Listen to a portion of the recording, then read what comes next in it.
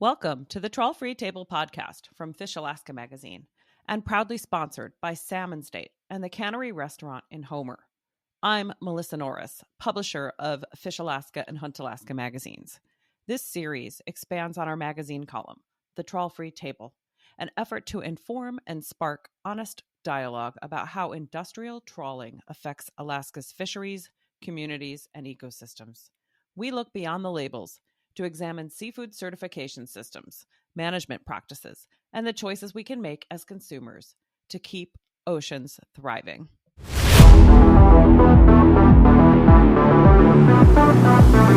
Today's guest is Tim Bristol. Tim is the director of SalmonState, an organization based in Alaska that is all about wild Alaska salmon. Founded in the understanding that healthy salmon populations indicate a healthy ecosystem, SalmonState is on a mission to educate the public on the issues surrounding Alaska's fisheries, and they are always in favor of safeguarding salmon. SalmonState works closely with Alaska nonprofits, commercial fishermen, sport fishing businesses like ours, indigenous governments, and many others. Among the critical campaigns they are focused on is the goal to stop wasteful bycatch, leading them to become our main sponsor of the Trawl Free Table movement at Fish Alaska.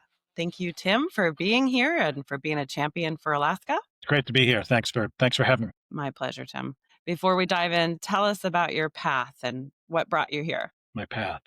It's a long and winding one. I've been in Alaska since 1992. I came up on the MB Columbia and got off in Ketchikan and worked in a cannery and lived in a tent. And it wasn't the greatest work experience, but I was just totally captivated by Alaska. I grew up in Western New York State. And I just was blown away by Alaska, walking over Ketchikan Creek and seeing all those salmon spawning and the Tongass National Forest and whales and all that other stuff. And I was like, I want to live here. And so I figured out a way to kind of wander back and pretty quickly after moving to Alaska for good in late 90s, I fell into conservation work, and I've been doing that for ever since. Yeah, I set you up a little bit there. Here's a fun fact. Western New York, huh? I know a little something about 1300 Elmwood Avenue. So, really? Yes, sir. I'm a Bengal. No way. Way. I went to Buff State as well. I can't believe we didn't know this. No. I know that. I'm stoked. Yeah. And I think we were in the, do you have a journalism degree? Because I have a bachelor's in advertising and public relations. We probably had some of the same professors. Yeah.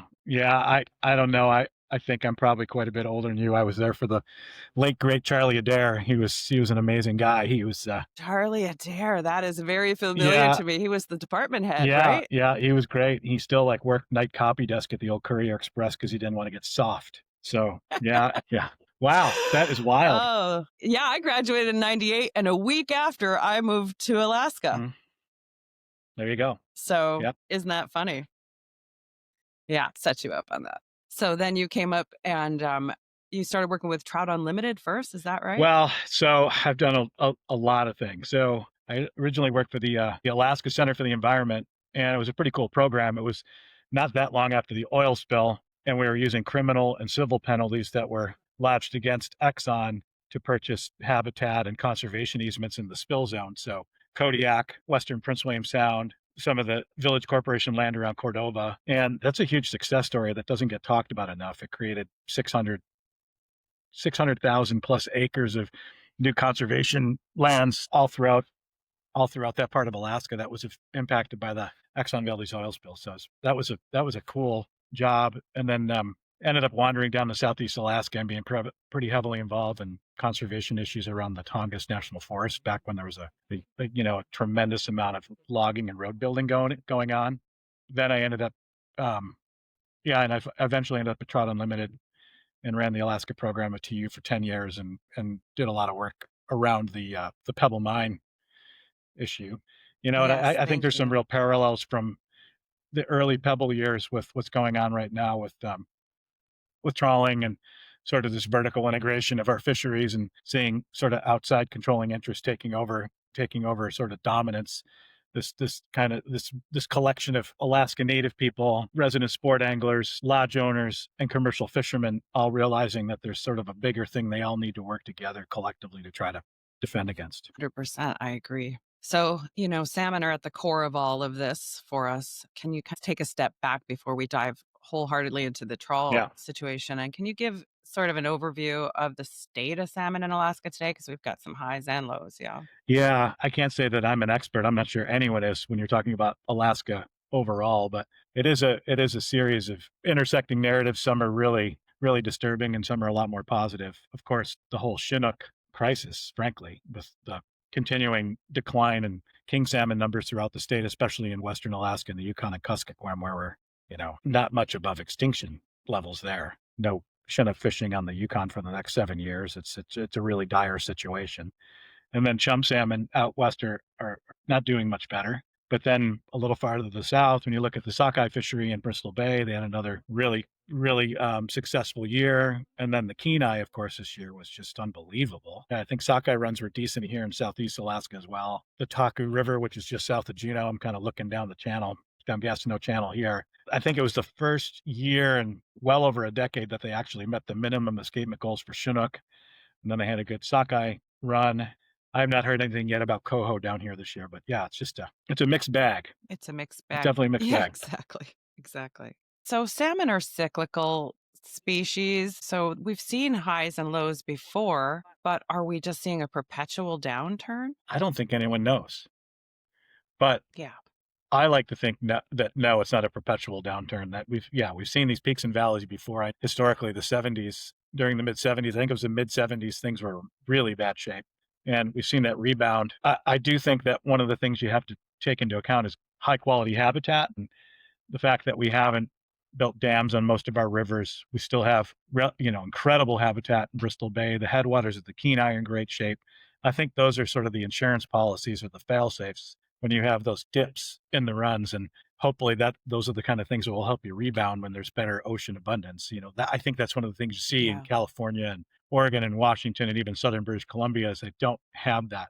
They don't have that built-in insurance policy of high quality habitat because of all the destruction that's happened down there. So kind of keeping the fingers crossed and hoping for the best, and then trying to encourage Fish and Game and the feds to manage conservatively when things are not going as well as they should. That is clearly needed. Yeah. So we've, we all know that it's not just one thing Right. causing this situation, right? As much as we talk about trawl and bycatch and some of these other issues, hatcheries, it's everything working together that has us in a position we're in.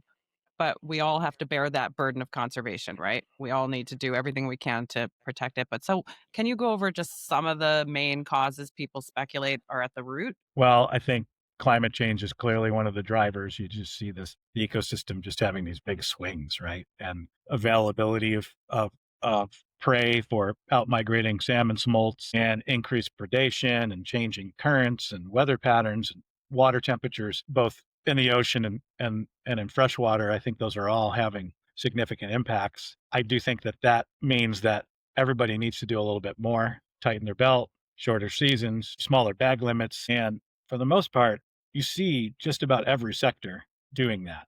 And for some, it's become a crisis, right? For indigenous people on the Yukon and the Kuskokwim, they're just ridiculous what they're being forced to do. And then, we're going to get to it. There's one sector that doesn't seem to be held at the same standards as everyone else, and that would be the trawl sector. Yeah. Yeah. So, yeah, today we're focused on trawl bycatch and the wanton waste of roughly 141 million pounds of bycatch each year. And that's just in Alaska.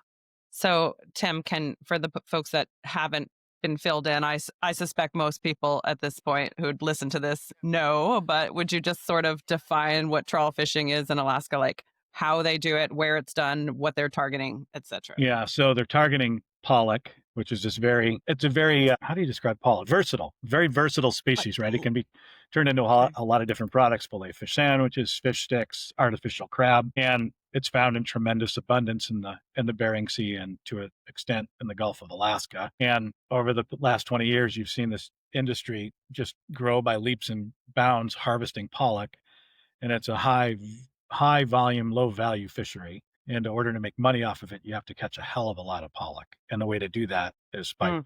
by dragging a very large net, football field size net, through the water column. And when you're using a net that big, you end up catching other things. And the non-target species, that's bycatch, it's considered waste in the trawl fishery. It's not what they're after. And for the most part, it gets thrown overboard. And of course, that bycatch includes species such as salmon, chinook, and chums in particular, halibut, crab, herring, things that are near and dear to every Alaskan's heart, not only for food as a source of subsistence, but also for directed small boat fisheries, a living and income. So yeah, just the level you mentioned, on average, the bycatch rate has been about 141 million pounds a year over the last 7 years, is estimated by federal officials, and that's a lot of waste. That's just what's reported for us, Yeah, too. yeah, yeah. I think one of the other things to point out is while the trawl fishery is pelagic, in other words, midwater, estimates have shown that those pelagic midwater nets end up on the bottom somewhere between 40 and 90% of the time. As the net fills up with fish, the back end of it can drag on the bottom. And then it gets really problematic. When you have bycatch levels of hundreds of thousands, if not more, starfish and species like halibut, you realize that it's not just a midwater fishery. And that's where it gets really problematic. Because to my understanding, the bottom trawl sector has had to make some, and maybe by self preservation, make some adjustments and try to find ways to be more environmentally friendly. Yeah. But Midwater's not held accountable to that same standard because they go by the concept that they're midwater. Yeah, there is a certain sense of denial by the midwater boats. Honestly, I think to a certain extent, or to a significant degree, trawlers, whether hard on bottom or pelagic midwater, are trying to do just about everything they possibly can to minimize their bycatch. But it gets to the Yeah. bigger question, right? Which is this harvest method sustainable, appropriate over the mid and long term if you're trying to balance it against a whole bunch of other resource users? And when you're thinking about sort of the bigger ecosystem consideration and, concepts like sustainability over the long term. And I think that's the question. And sometimes it gets lost in sort of the moment by moment or council by council meeting adjustments that are being made.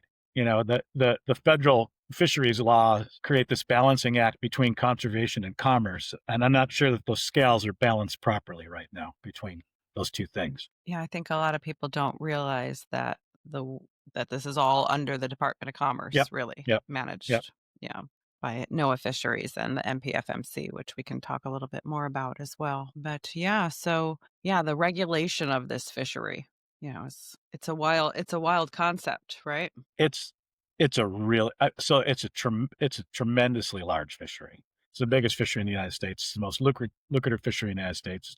Astronomical amount of fish volume that's being harvested every year. And then you're doing that in a big wild ocean that we really don't know a whole hell of a lot about. So, Hmm. Mhm. the job that the regulators have is not an easy one. It's not one I envy. And then the people who sit on the council that are required to make decisions, and anyone who's been anywhere near a council meeting knows it's incredibly complicated. There are a lot of really Yeah. smart people involved, and it's high pressure, high stakes. But the ability of the council to make the adjustments that need to be made while recognizing there's all kinds of crazy things going on in the ocean via climate change. I just don't think that the system is built to make those decisions as quickly and as effectively as need be. And then you add enormous amounts of money into the equation, and the fact that a lot of the companies that are making the most money off this fishery aren't anywhere near the state of Alaska, it becomes highly problematic pretty quick. Yeah, and I don't have a full, complete understanding of who owns every trawl boat, but I'm starting to get a picture that it's a few wealthy families, It's pretty tightly controlled, that's for sure. and it seems crazy to me that people need to be billionaires in an age like this. Well, You, but only short I term. know. I don't begrudge people, being successful. When you start to just you're taking far more than what I think is your fair share, it becomes a real problem, especially for those It of us really here is. in the state.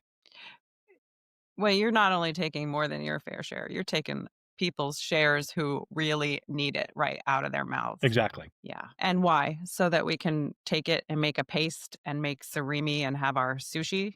Yeah, and fish sticks and fillet of fish sandwiches, and I mean, it's pretty amazing what they've been able to do with this fish that used to be considered junk. And I understand how processors can take real pride in that. But again, it's just are we in balance here? How much How much pride should we take in chemically inducing a crab flavor? Well, there is that. I'm not gonna speak in support of surimi. It's gross as far as I'm concerned. It's pretty disgusting, but Yeah, yeah. yeah. So, yeah.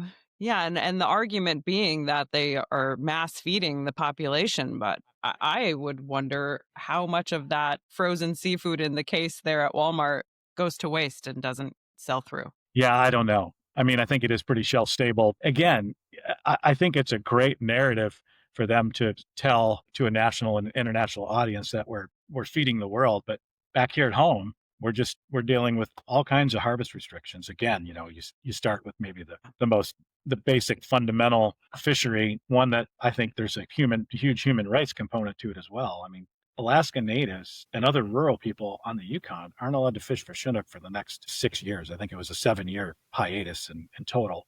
And then I think the Board of Fish just met in Fairbanks and issued another series of pretty restrictive measures when it comes to harvesting chum salmon as well.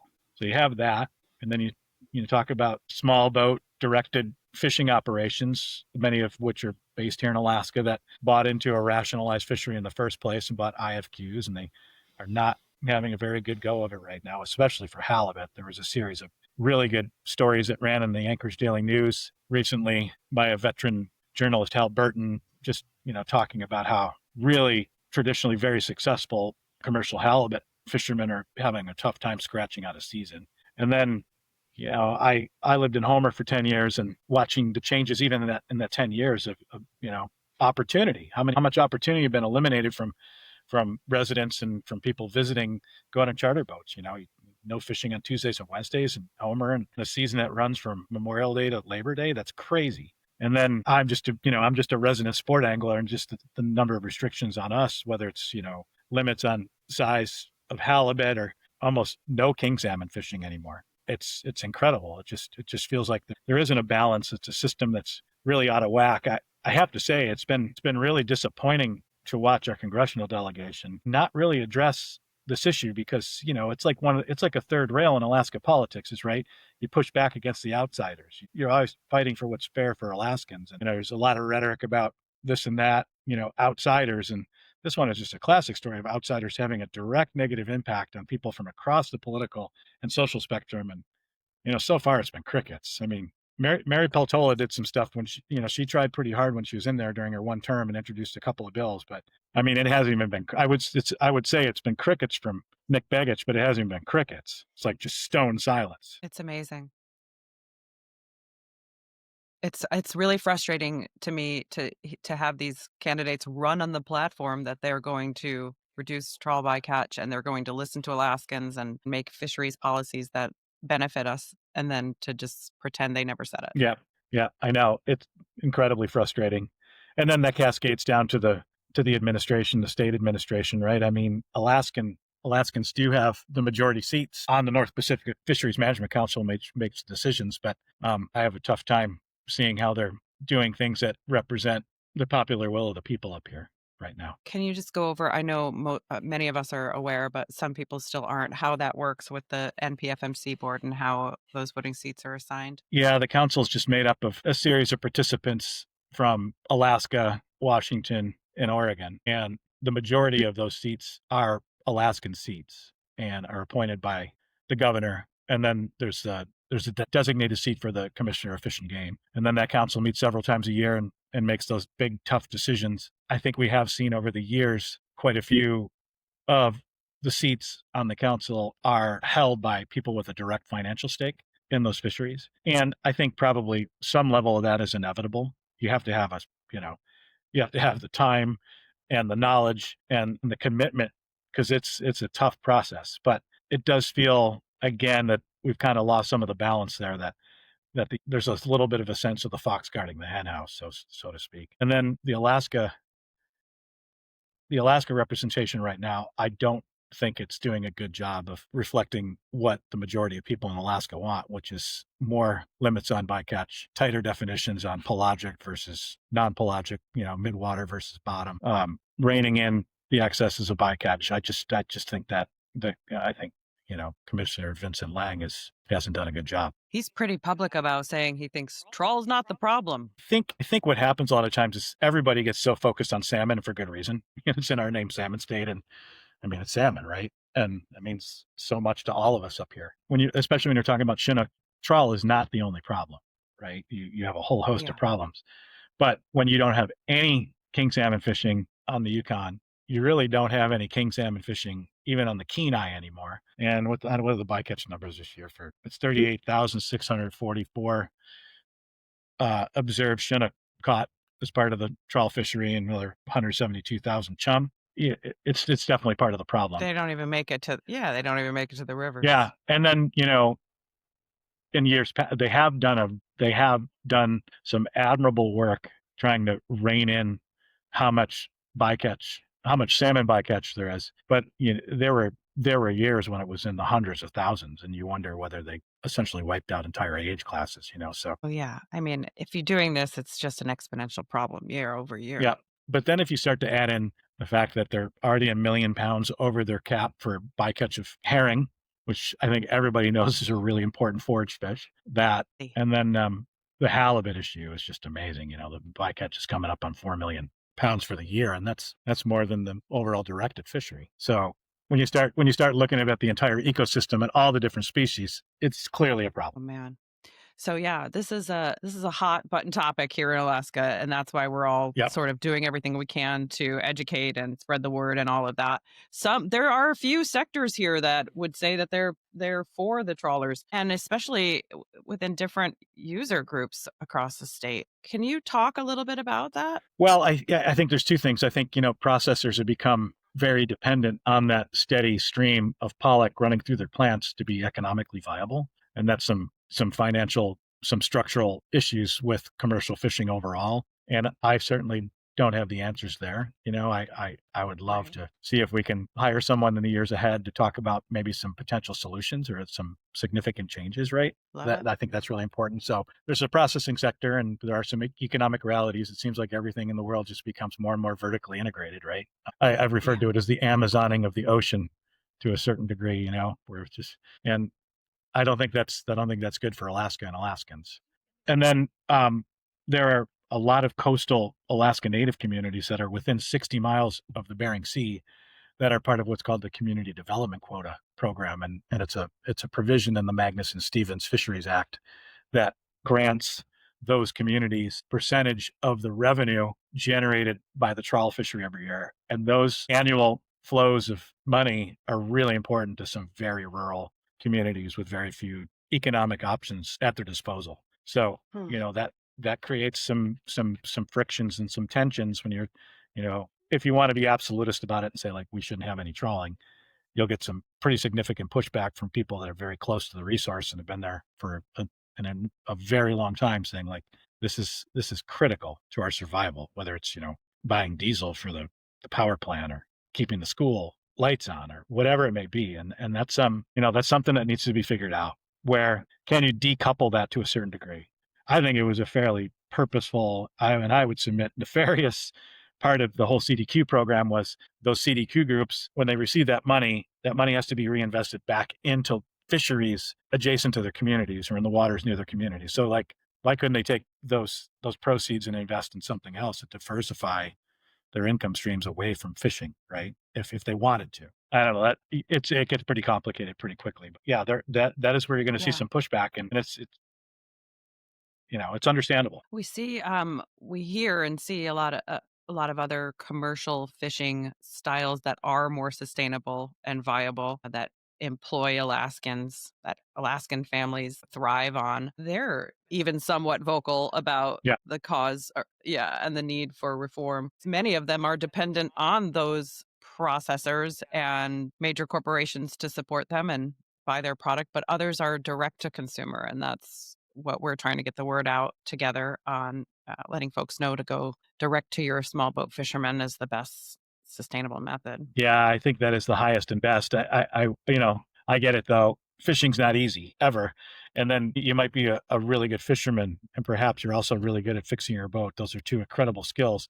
And then you're also supposed to be Mhm. a processor and a marketer and a networker at the same time. I mean, that's a lot, right? I don't know if there's other models out there like more co-ops or more, sort of ability to pool resources to share the expenses of the marketing and but I think we need to think about some creative options for people that can allow them a way to make a living, access markets, make more money off every fish caught, and have an alternative to a big, vertically integrated processor that essentially kind of dictates your existence to a certain degree. And I don't want to say the processors are evil.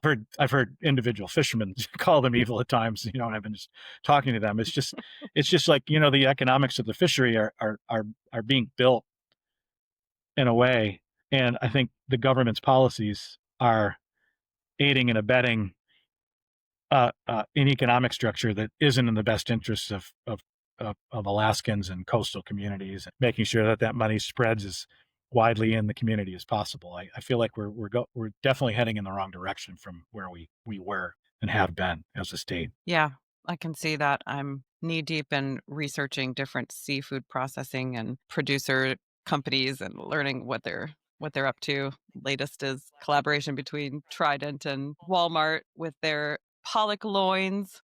Now, yeah, exclusively at Walmart, and they just launched one other product too that I can't remember off the top of my head, but another pollock product. Yeah, and then the other thing is right now the government is buying it, right? Department of Agriculture is just going to buy it, and I don't know. Talk about putting your thumb on the scale, and I think in an inappropriate way. It's nuts. I Some of this stuff just leaves me with my jaw hanging open. So, yeah, I wanted to ask you, like, what are our government leaders doing, and what is ADF&G doing about it? But you sort of already touched on that. Yeah, I think Fish and Game could be doing a lot more, and that's showing leadership at the council. And I would say that the folks that represented Alaskan interests at the council during the Walker administration uh, were much more in tune with the average Alaskan and with small boat fishermen and resident sport anglers and all the rest than the folks that have been there during the Dunleavy years. I think they've done a lousy job. I heard with that. Less than impressed. Yeah. And then, that we briefly mentioned that Congressman Peltola did introduce a couple of bills, and, nothing is really moving through Congress quickly, if at all, these days. And she ended up being a one-termer. But, one of the bills, there was an act to sort of clarify the difference between pelagic and, hard on bottom trawling was a really good way of framing the issue. And it would have been a significant step forward. And, I just remember during the electoral campaign that Congressman Begich, said, well, I'll be as good as Congressman Peltola, if not better. And that has not played out. It just hasn't. Well, I interviewed them both before the election and put it out there on Right. our website. That's It's right. still up there if you want to see what he said about it. Yeah. Yeah, it's been all talk so far. Yeah. And then, what can we do closer to home? There is going to be a Board of Fish meeting in Anchorage in the spring. I think it's in March. I'll have to get the exact dates on that. But there will be 3 proposals, and this will only deal with state waters. So it's a baby step in the right direction, because what we're mostly talking about, overwhelmingly, we're talking about is federal waters. But this proposal is 163, 54, and 165. 163 would define trawl as non-pelagic, so in other words, not midwater, until proven otherwise, which I think Okay. would be a good step. I think that's probably the most powerful of the 3 proposals. 164 um, would require electronic monitoring, so if the nets are hitting the bottom, they know, and they have to stop fishing. Understanding that would be a pretty significant, or at least I think it would be, capital outlay for the fishermen, but sometimes playing by the rules takes some money. And then the third one is 165, is ensuring that all trawlers in state waters, so this is mostly Prince William Sound, would have to have salmon excluders on board. I think that's the least potent of the 3, right? Because the excluders, I think they sort of kind of maybe work, and you're also not dealing with other species like halibut, black cod, crab, etc. So yeah, so those will be coming up. I think that'll be a pretty spirited debate at the Board of Fish meeting. SalmonState will be definitely sending out lots of information, letting you know when that's going to occur, and providing talking Great. points. And there's a whole host of other groups that's coming together under just a loose banner that are all, I think, are all going to be participating in that Board of Fish meeting. On the federal level, like I said, we haven't seen any real action from our delegation. And then as far as the administration goes, the Trump administration, I think that just remains to be seen, right? I think there's some concepts that need to be brought forth and put in front of this administration about updating some of the standards under federal law, although that could run, I think, smack dab into this executive order that is supposed to increase America's seafood competitiveness. So I'm a little worried that the council is going to continually turn to that executive order saying like, well, if you slow us down or you restrict us anyway, we're not meeting the spirit nor the letter of the EO about increasing competitiveness. So I'm a little worried about that, but we do what we can, because again, this isn't a lefty righty issue. It's amazing. I mean, I've had conversations with people from, all the way across the political spectrum on this issue, from every walk of life and every race. It's amazing. It is amazing. It affects us all. Yeah. People want to know what they can do. Yep. So I think, inherently we all want to do what's right for sustainability. That word gets used really loosely often, especially when it comes to seafood labeling. Yep. But yeah, you're totally right. Sustainability is sort of, is it a, what is it? Is it a noun? Is it a verb? Is it an adjective? But I do think the thing that cuts through all this is the whole idea of waste, right? And Alaskans just get it. I mean, like, whether you were born and raised here, whether you've been here, a month, it's just hammered into you that you don't waste food, you don't waste fish, you don't waste game. And there's an incredible amount of waste associated with this fishery. And I think it just viscerally just really impacts people and makes them want to do something. I mean, we painstakingly process hours I and know. hours of fish and game processing Yep. to put this beautiful food in our freezers. It's nuts. It is nuts. The whole thing is nuts. That's my summary. So let's give people some directives. Like, what can they do? How can they join all these efforts that we're all working on? What can they do? Yeah, well, they can visit us on various social media, on our website, and sign up. Just leave your name and email, and we'll make sure you're up to date on whether it's showings of, ocean or other public events. It's opportunities for public comment, whether in front of the North Pacific Fisheries Management Council or the Board of Fish. I almost forgot, there's legislation that was introduced last session of the state legislature by Mike Cronk to ban bottom trawling statewide. So if there's hearings on that or opportunities to weigh in on that, you can check in with us, and we'll make sure to let you know. Say there's a committee hearing or a chance to speak out in support of that legislation. And, we'll be trying to see whether there might be some opportunities to have correspondence with this administration about maybe reining in some of the excess. And that's just, but right now it's just, educating and, finding your voice and being, willing to every once in a while, maybe make a call to your elected officials, members of Congress, or just drop them an email, or, do the old fashioned thing and write them a letter. Well, don't write a letter, because they never get that. But just let them know that this is a very important issue, that this is not some back burner thing. This is not some, side issue, that this is a fundamental, frankly, rights issue for Alaskans. Right. It gets down to core values, right? Yeah. Being able to Yeah. harvest our own food for our freezers, or being controlled by big business. Yeah. Folks outside of Alaska have an opportunity to help us too, because it's a federal issue and they love Alaska. Hundreds of thousands of them come here to harvest their own fish to take home as well. Yeah. And have the experience. Yeah, and that's exactly it. We've had some conversations recently with some national sport fishing and charter boat association, things like that, and they want to know more. They are concerned. Yeah, some of the stuff is just continuing to sort of communicate with each other. And then I think the other thing is when you see businesses, right, whether it's direct market salmon or, subscribing to Fish Alaska magazine and things like that, support businesses that are, on the right side of this issue. So I think that's another really important thing. 100. I agree. And give donations to nonprofits that need it, like SalmonState. These guys work hard. Yeah. So I want to leave you with this concept. We've been saying sustainability here, and we don't even know what part of what it is. Is it a noun? Is it a verb? So sustainability in my mind means, it's here for future generations, right? And no matter what the points of comparison are, that's the bottom line for me. Yep. So from that perspective, do you think trawl fishing is really sustainable for all the entire ecosystem. Yeah, the way it's being pursued right now, it's not. Not if you look at the bycatch and you look at the impact it's having on other species and the series of cascading restrictions on essentially all of us except trawl. Then maybe there's enough pollock out there that if you could find a way to fish cleaner and maybe have a smaller footprint and still figure out a way to make money off of very low value fish, maybe. But I think that's been the problem, right? Is we kind of like what we're doing is we set a target for this fishery and then we work an ecosystem around that target, and it needs to be the other way around.